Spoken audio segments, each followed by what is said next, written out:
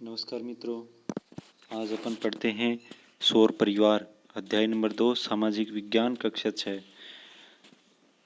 तो पिछले हमने ब्रह्मांड की जानकारी प्राप्त की थी, अब हम सौर परिवार के बारे में जानकारी हासिल करेंगे। तो निरंतर पढ़ते हैं आगे। पिछले अध्याय में आपने ब्रह्मांड की जानकारी प्राप्त की। आइए इस अध्याय में हम सौर परिवार के सभी ग्रहों, उपग्रहों एवं अन्य आकाशीय पिंडों जैसे क्षुद्र ग्रह, उल्कापिंड आदि के बारे में जानकारी प्राप्त करेंगे। सौर परिवार सूर्य के चारों ओर केवल ग्रह ही भ्रमण नहीं करते हैं, अपितु अनेक धूमकेतु, ग्रह, कणिकाएं और उल्काएं भी परिक्रमण करते हैं। सूर्य, ग्रह, उपग्रह, धूमकेतु, उल्का आदि सम्मिलित रूप से एक विशाल खगोलीय समूह है जिसे सौर परिवार अथवा सौर जगत कहा जाता है। इन सभी खगोलीय पिंडों में सूर्य अधिक महत्वपूर्ण है, इसलिए सूर्य को सौर परिवार का पिता कहा जाता है। देखिए यहाँ पे बहुत महत्वपूर्ण चीज़ बताई गई है, सूर्य को सौर परिवार का पिता कहा जाता है। सूर्य को केंद्र भी माना जाता है सभी ग्रहों का। तो आगे देखिए, ग्रह। सौरमंडल के सभी खगोलीय पिंड एक निश्चित पथ पर सूर्य का चक्कर लगाते हैं जिसे कक्ष कहा जाता है। इसके बारे में 1543 ईस्वी में सर्वप्रथम निकोलस कोपरनिकस ने बताया कि सूर्य सौरमंडल के केंद्र में है। ये देखिए यहाँ पे बहुत महत्वपूर्ण बात कही गई है कि निकोलस कोपरनिकस ने सूर्य को सौरमंडल के केंद्र में बताया गया है। ये बहुत ही महत्वपूर्ण है, यहाँ पे अंडरलाइन कर लेना इसको। और सभी ग्रह उसके चारों ओर चक्कर लगाते हैं। आधुनिक वैज्ञानिकों के अनुसार हमारे सौरमंडल की आयु लगभग 460 करोड़ वर्ष है। सूर्य हमारी आकाश गंगा के लगभग 100 अरब तारों में से एक है। सूर्य क्या है? हमारी जो आकाश गंगा है, आकाश मिल्की वे जिसे बोलते हैं, तो उसके तारों में 100 अरब तारों में एक है सूर्य। सूर्य जलती हुई गैसों का एक विराट पिंड है। इसकी सतह सदैव अस्थिर एवं अशांत रहती है। सूर्य में सबसे अधिक हाइड्रोजन एवं हीलियम है। सौरमंडल के लिए सूर्य प्रकाश एवं ऊष्मा का एकमात्र स्रोत है। इसका गुरुत्वाकर्षण सौरमंडल को बांधे रखता है। सूर्य की पृथ्वी से दूरी अधिक होने के कारण सूर्य के प्रकाश को पृथ्वी तक पहुंचने में लगभग 8 मिनट और 30 सेकंड का समय लगता है। देखिए दोस्तों, कितना लगता है? 8 मिनट और 30 सेकंड लगता है। हमारे सौर परिवार में कुल 8 ग्रह हैं जो सूर्य के चारों ओर चक्कर लगाते हैं। सूर्य के से विभिन्न दूरी पर स्थित इन ग्रहों का आपस में टकराना संभव नहीं है। इनका अपना प्रकाश नहीं होता। ये सूर्य से ऊष्मा एवं प्रकाश प्राप्त करते हैं। सूर्य से दूर जाने पर क्रमशः बुध, शुक्र, पृथ्वी, मंगल, बृहस्पति, शनि, अरुण, वरुण ग्रह हैं।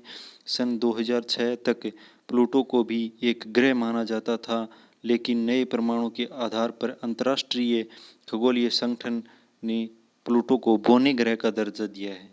देखिए यहाँ पे अंतर्राष्ट्रीय संगठन ने प्लूटो को कौन सा ग्रह दे दिया? बोना ग्रह बता दिया गया है। प्लूटो को बोना ग्रह का दर्जा दे दिया गया। सूर्य के पास स्थित बुध, शुक्र, पृथ्वी एवं मंगल ग्रह को आंतरिक या धरातलीय ग्रह भी कहा जाता है। ये छोटे और अधिक घनत्व वाले हैं और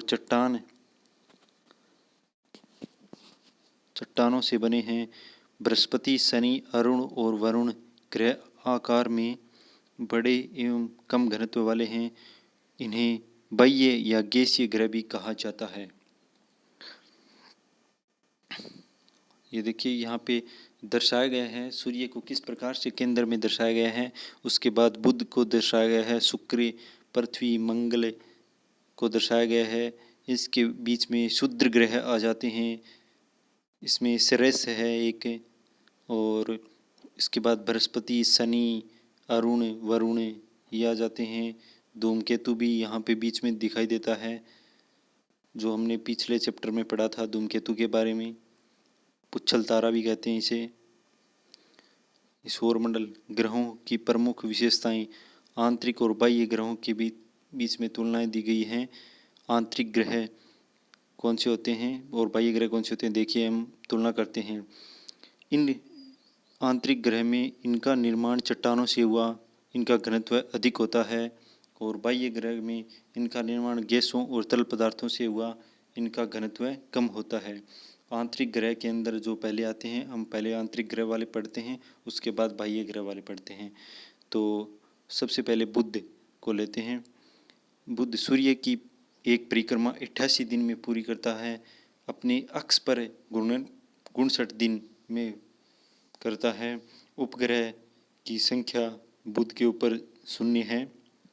उसके बाद शुक्र आता है। सूर्य की एक परिक्रमा 225 दिन में पूरी करता है। अपने अक्ष पर घूर्णन 243 दिन में पूरा करता है। उपग्रह भी 0 है शुक्र के ऊपर। उसके बाद पृथ्वी पर आता है। पृथ्वी का आप सभी जानते हैं, सूर्य की एक परिक्रमा 365 दिन में पूरी होती है।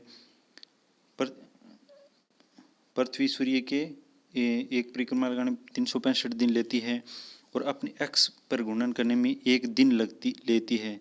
और उपग्रह की संख्या 1 है। एक कौन सा है? चंद्रमा। उसके बाद मंगल लेते हैं। सूर्य की एक परिक्रमा 487 दिन में पूरे करता है मंगल, और अपने अक्ष पर घूर्णन 1 दिन में। उपग्रह की संख्या 2 है। उसके बाद बाह्य ग्रह आते हैं।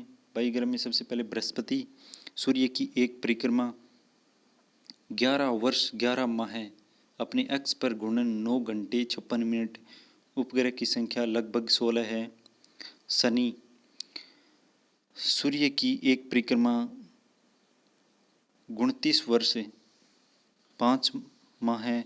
अपने अक्ष पर घूर्णन 10 घंटे 40 मिनट। उपग्रह की संख्या लगभग 18 है। अरुण। सूर्य की एक परिक्रमा 84 वर्ष में पूरी करता है। अपने अक्ष पर घूर्णन 17 घंटे 14 मिनट में पूरा करता है। उपग्रह की संख्या लगभग 17 उपग्रह हैं अरुण के ऊपर। वरुण आते हैं, 8 नंबर है वरुण। सूर्य की एक परिक्रमा लगभग 164 वर्ष में पूरी करता है। अपने अक्ष पर घूर्णन 16 घंटे 7 मिनट लेता है। उपग्रह की संख्या लगभग 8 है। खगोल वैज्ञानिकों ने सौरमंडल के सभी पिंडों के कई वर्ग बनाए हैं। ग्रह, उपग्रह, बौने ग्रह और लघु पिंड। उपग्रह ऐसे आकाशीय पिंड को कहते हैं जो किसी ग्रह के चारों ओर चक्कर लगाता है। ऐसा पिंड जो सूर्य की परिक्रमा करता है और दूसरे पिंडों का रास्ता भी काटता है, बौना ग्रह कहलाता है। ये देखिए दोस्तों, यहाँ पे बौना ग्रह की ये डेफिनेशन दी गई है। बौना ग्रह किसे कहा जाता है, तो ये यहाँ पे देख लीजिए ध्यान से। ऐसा पिंड जो सूर्य की परिक्रमा करता है और दूसरे पिंडों का रास्ता भी काटता है, उसे बौना ग्रह कहते हैं। प्लूटो, एरिस, सेरिस आदि बौने ग्रह के उदाहरण हैं। सूर्य की परिक्रमा करने वाले सौरमंडल के बाकी सभी छोटे छोटे पिंड जैसे क्षुद्र ग्रह, उल्कापिंड और वरुण के पार पाए जाने वाले अनजाने पिंड तथा सौरमंडल में आने वाले धूमकेतुओं आदि को लघु पिंड कहा जाता है। पृथ्वी और इसके परिमंडल। जिस पृथ्वी पर हम रहते हैं वह इतनी विशाल है कि इसके विषय में हम अभी तक संपूर्ण ज्ञान प्राप्त नहीं कर सके। सूर्य की दूरी के अनुसार तीसरा और आकार के अनुसार पृथ्वी सौर परिवार का 5वां बड़ा ग्रह है। सूर्य से दूरी में तीसरा है और आकार में 5वां बड़ा ग्रह है। यह अन्य ग्रहों की तरह संपूर्ण प्रकाश एवं ऊष्मा सूर्य से प्राप्त करती है। शुक्र को पृथ्वी का जुड़वा ग्रह माना जाता है क्योंकि उसका आकार एवं आकृति लगभग पृथ्वी के समान ही है। पृथ्वी की उपग्रहों से ली गई तस्वीरों में यह गोलाकार दिखाई देती है। पृथ्वी के मापन से पता चलता है कि यह दोनों ध्रुवों पर कुछ दबी हुई है एवं विषुवत पर कुछ उभरी हुई है। सौरमंडल में पृथ्वी ही एक अनोखा ग्रह है जिस पर जीवन है। पृथ्वी पर जीवन होने के कारण ही इसे जीवंत ग्रह कहा जाता है। सूर्य के निकटवर्ती ग्रह अधिक गर्म हैं और दूर स्थित ग्रह अधिक ठंडे हैं, इसलिए वहाँ जीवन संभव नहीं है। जीवन क्यों संभव नहीं है? क्योंकि या तो वो अधिक गर्म ग्रह हैं या अधिक ठंडे हैं, इसलिए वहाँ पर जीवन संभव नहीं है। पृथ्वी का औसत तापमान 15 डिग्री सेंटीग्रेड है, वो जो जीवन के लिए आदर्श है। यह तापमान वायुमंडल के कारण बना रहता है।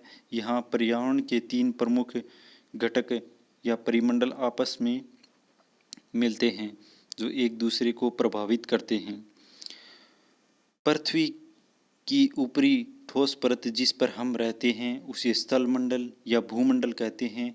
स्थलमंडल पर मिट्टी पाई जाती है जिससे किसी न किसी रूप में सभी जीवों को भोजन प्राप्त होता है। स्थलमंडल से ही विभिन्न प्रकार के खनिज मिलते हैं जो जीवन निर्वाह के लिए महत्वपूर्ण हैं। पृथ्वी के चारों ओर जो गैसों का आवरण है उसे वायुमंडल कहा जाता है। Nitrogen, oxygen, organ, carbon dioxide आदि वायुमंडल में पाई जाने वाली प्रमुख गैसें हैं। ऑक्सीजन एक जीवनदायिनी गैस है जिसे सभी जीव श्वसन क्रिया में लेते हैं। जल जो जीवन के लिए सबसे आवश्यक तत्व है, पृथ्वी के लगभग 71% भाग पर है। इसे ही जलमंडल कहा जाता है। पृथ्वी को जल ग्रह या नीला ग्रह भी कहा जाता है। देखिए, ये बहुत महत्वपूर्ण लाइन दी गई है। पृथ्वी को जल ग्रह या नीला ग्रह भी कहा जाता है और यहाँ पर 71% भाग पर क्या है? जल है। पृथ्वी पर जल महासागरों, सागरों, झीलों, नदियों आदि में पाया जाता है। महासागरों का जल खारा होता है। महासागरों का जल कैसा होता है? खारा। पृथ्वी की सतह के अधिकांश भागों पर किसी न किसी प्रकार का जीवन पाया जाता है। वायुमंडल, जलमंडल, स्थल एवं स्थलमंडल तीनों सौर परिवार में केवल पृथ्वी पर ही पाए जाते हैं। इन तीनों मंडलों के मिलने के कारण ही पृथ्वी के चौथे परिमंडल के रूप में जैवमंडल की उत्पत्ति हुई है। यहाँ जीव जंतुओं का अस्तित्व पाया जाता है। जैवमंडल से ही जीव जंतु, पेड़ पौधे और मनुष्य रहते हैं। अब तक ब्रह्मांड की ज्ञात जानकारी के अनुसार केवल पृथ्वी पर ही जीना संभव है। मतलब जीवन और कभी कौन से भी ग्रह पर संभव नहीं है पृथ्वी के सिवा। उपग्रह पे आते हैं अपन। देखो, जिस तरह ग्रह सूर्य की परिक्रमा करते हैं ठीक वैसे ही ग्रहों की परिक्रमा करने वाले छोटे आकाशीय पिंडों को उपग्रह कहा जाता है। पृथ्वी का केवल एक ही उपग्रह चंद्रमा है, किंतु कुछ अन्य ग्रहों के एक से अधिक उपग्रह हैं। शनि और बृहस्पति के कई उपग्रह हैं। बुध और शुक्र के कोई उपग्रह नहीं हैं। ग्रहों की भांति उपग्रहों में भी ऊष्मा एवं प्रकाश नहीं होता। इन्हें सूर्य से ही ताप एवं प्रकाश मिलता है। अनेक उपग्रह चंद्रमा से भी बड़े हैं, जैसे शनि का टाइटन, बृहस्पति का गैनीमीड और कैलिस्टो आदि। क्या आप जानते हैं शनि के उपग्रह टाइटन पर पृथ्वी की तरह सघन वायुमंडल है। वहाँ भी नदियाँ और जलाशय हैं और धरातल पृथ्वी जैसा ही है। उसके वायुमंडल की प्रमुख गैस नाइट्रोजन है। यहाँ जीवन की संभावना है या नहीं, इसका पता लगाने में वैज्ञानिक अभी प्रयासरत हैं। कौन सा ग्रह है ये? उपग्रह है शनि का टाइटन, जहाँ पृथ्वी के जैसे समानताएं मिली हैं जीवन के लिए, लेकिन अभी वैज्ञानिक इसकी खोज में लगे हुए हैं। ये देखिए यहाँ पर उपग्रहों किसके उपग्रह कितने दिए गए हैं। ये बुध के नीचे कोई भी नहीं है, शुक्र के नीचे भी कोई नहीं है, पृथ्वी के नीचे एक चंद्रमा है, मंगल के नीचे फोबोस और डिमोस है। इसी प्रकार क्षुद्र ग्रह भी सेरेस दिया गया है, पेलस है, जूनो है, वेस्टा है और बृहस्पति, शनि, अरुण, वरुण इनके भी उपग्रह दिए गए हैं।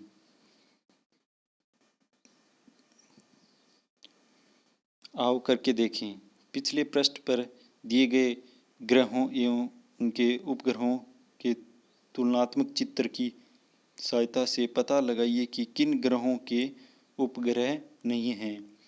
तो देखिए किन ग्रहों के उपग्रह नहीं हैं। ये स्टार्टिंग में 2 दिए गए हैं ना, बुध और शुक्र, इनके कोई उपग्रह नहीं हैं। सौरमंडल के ग्रहों तथा उनके उपग्रहों की तालिका बनाइए। यह भी बताइए, पता लगाइए कि किन ग्रहों के उपग्रह चंद्रमा से बड़े हैं। चंद्रमा से बड़े किन उपग्रहों के, किन ग्रहों के उपग्रह हैं चंद्रमा से बड़े। चंद्रमा पृथ्वी का सबसे नज़दीकी गोलाकार आकाशीय पिंड चंद्रमा है। आधुनिक खगोलशास्त्रियों के अनुसार वहाँ जल एवं वायु का अभाव है, इसलिए वहाँ जीवन संभव नहीं है। हमारी पृथ्वी के धरातल एवं चंद्रमा के धरातल में कुछ समानताएं हैं। चंद्रमा का धरातल पृथ्वी के धरातल की तरह ही उबड़ खाबड़ है। चंद्रमा की तुलना में पृथ्वी लगभग 81 गुना बड़ी है। चंद्रमा की तुलना में पृथ्वी कितनी बड़ी है? लगभग 81 गुना। चंद्रमा की कलाएं। पृथ्वी और चंद्रमा दोनों की आकृति गोलाकार है। दोनों ही सूर्य के प्रकाश प्राप्त करते हैं। इस कारण दोनों को आधे भाग पर प्रकाश रहता है और आधे भाग पर अंधेरा। सूर्य से प्राप्त प्रकाश की किरणें चंद्रमा से परावर्तित होकर पृथ्वी पर आती हैं। उसे हम चांदनी कहते हैं। चांदनी किसे कहते हैं? सूर्य से प्राप्त प्रकाश की किरणें चंद्रमा से परावर्तित होकर पृथ्वी पर आती हैं, उसे हम चांदनी कहते हैं। महीने में एक बार ही चंद्रमा का पूर्ण प्रकाशित भाग पृथ्वी के सामने आता है। इसे भारत में पूर्णिमा कहते हैं। इसी तरह महीने में एक बार चंद्रमा का यह प्रकाशित भाग पृथ्वी के सामने होता है, उसे अमावस्या कहते हैं। पूर्णिमा से अमावस्या तक चंद्रमा का यह प्रकाशित भाग घटता जाता है तथा अमावस्या से पूर्णिमा तक यह भाग बढ़ता जाता है। चंद्रमा की इन घटती बढ़ती आकृतियों को ही चंद्रकलाएं कहा जाता है। चंद्रकलाएं इन्हीं कहते हैं। अमावस्या होती है, एक बार अमावस्या होती है, एक बार पूर्णिमा होती है।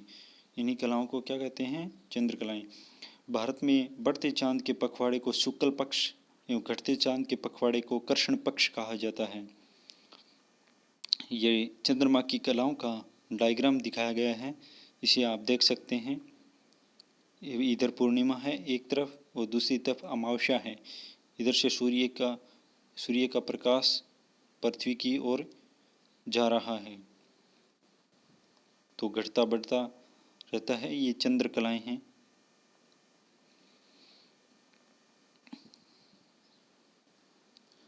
चंद्रमा पर दिन में बहुत अधिक गर्मी एवं रात्रि में बहुत अधिक ठंड पड़ती है, इसलिए वहाँ का वातावरण जीवन के अनुकूल नहीं है।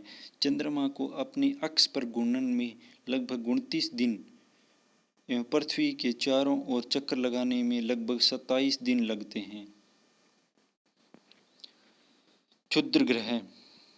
मंगल और बृहस्पति ग्रहों के बीच एक पट्टी में स्थित परिक्रमा करने वाले असंख्य छोटे पिंडों को क्षुद्र ग्रह या अवान्तर ग्रह कहते हैं।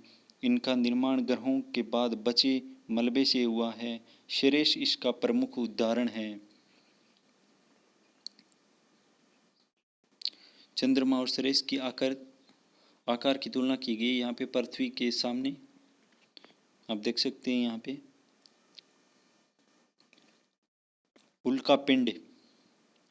उल्काएं धूमकेतुओं या क्षुद्र ग्रहों से टूटे हुए टुकड़े हैं जो पृथ्वी के गुरुत्वाकर्षण से धरती की ओर खींचे चले आते हैं। मार्ग में वायुमंडल से घर्षण के कारण वे जलने लगते हैं और नष्ट हो जाते हैं। वायुमंडल में घर्षण के समय ये चमकीली रेखा के रूप में दिखाई देते हैं, जिन्हें हम टूटते तारे कहते हैं। कुछ उल्काएं बड़ी होने के कारण पूरी तरह से नष्ट नहीं हो पाती तथा पिंडों के रूप में पृथ्वी से टकरा जाती हैं। इस स्थिति में उन्हें उल्का पिंड कहा जाता है। इससे पृथ्वी पर गड्ढे बन जाते हैं। ये यहाँ पे डायग्राम में गड्ढा बना हुआ दिखाई दे रहा है ना, अमेरिका के एरिज़ोना प्रांत में उल्का पिंड गिरने से बना गड्ढा। तो ये इस प्रकार से है, गड्ढा बन जाता है और अपन टूटते तारे सभी लोगों ने देखे होंगे। ऐसे लगता है जैसे अपनी ओर आग का गोला आ रहा है, लेकिन वो हकीकत में वायुमंडल के अंदर ही नष्ट हो जाता है। शब्दावली देखिए आप। सौरमंडल सूर्य और पृथ्वी सहित सभी ग्रह, उपग्रह एवं अन्य लघु पिंड सौरमंडल में आते हैं। पंखवाड़ा महीने का आधा भाग पंखवाड़ा कहलाता है। क्षुद्र या अवान्तर ग्रह मंगल और बृहस्पति के मध्य स्थित छोटे खगोलीय पिंड होते हैं। उपग्रह ग्रह के चक्कर लगाने वाले पिंड कहलाते हैं उपग्रह। तो ये आपका पूरा पाठ हो गया, मैंने करवा दिया है। और इसके बाद इसके प्रश्न आंसर हैं, क्वेश्चन आंसर, वो भी इसके बाद करवाएंगे। अभी ये पूरा ध्यान से पढ़ लेना, इसके बाद पूरा एक बार फिर से करवा दूंगा मैं, ठीक है। तो ये अपना सौर परिवार अध्याय नंबर 2 पूरा होता है। इसके बाद क्वेश्चन आंसर करके इसके, और फिर बाद में नया अगला चैप्टर पढ़ेंगे। धन्यवाद।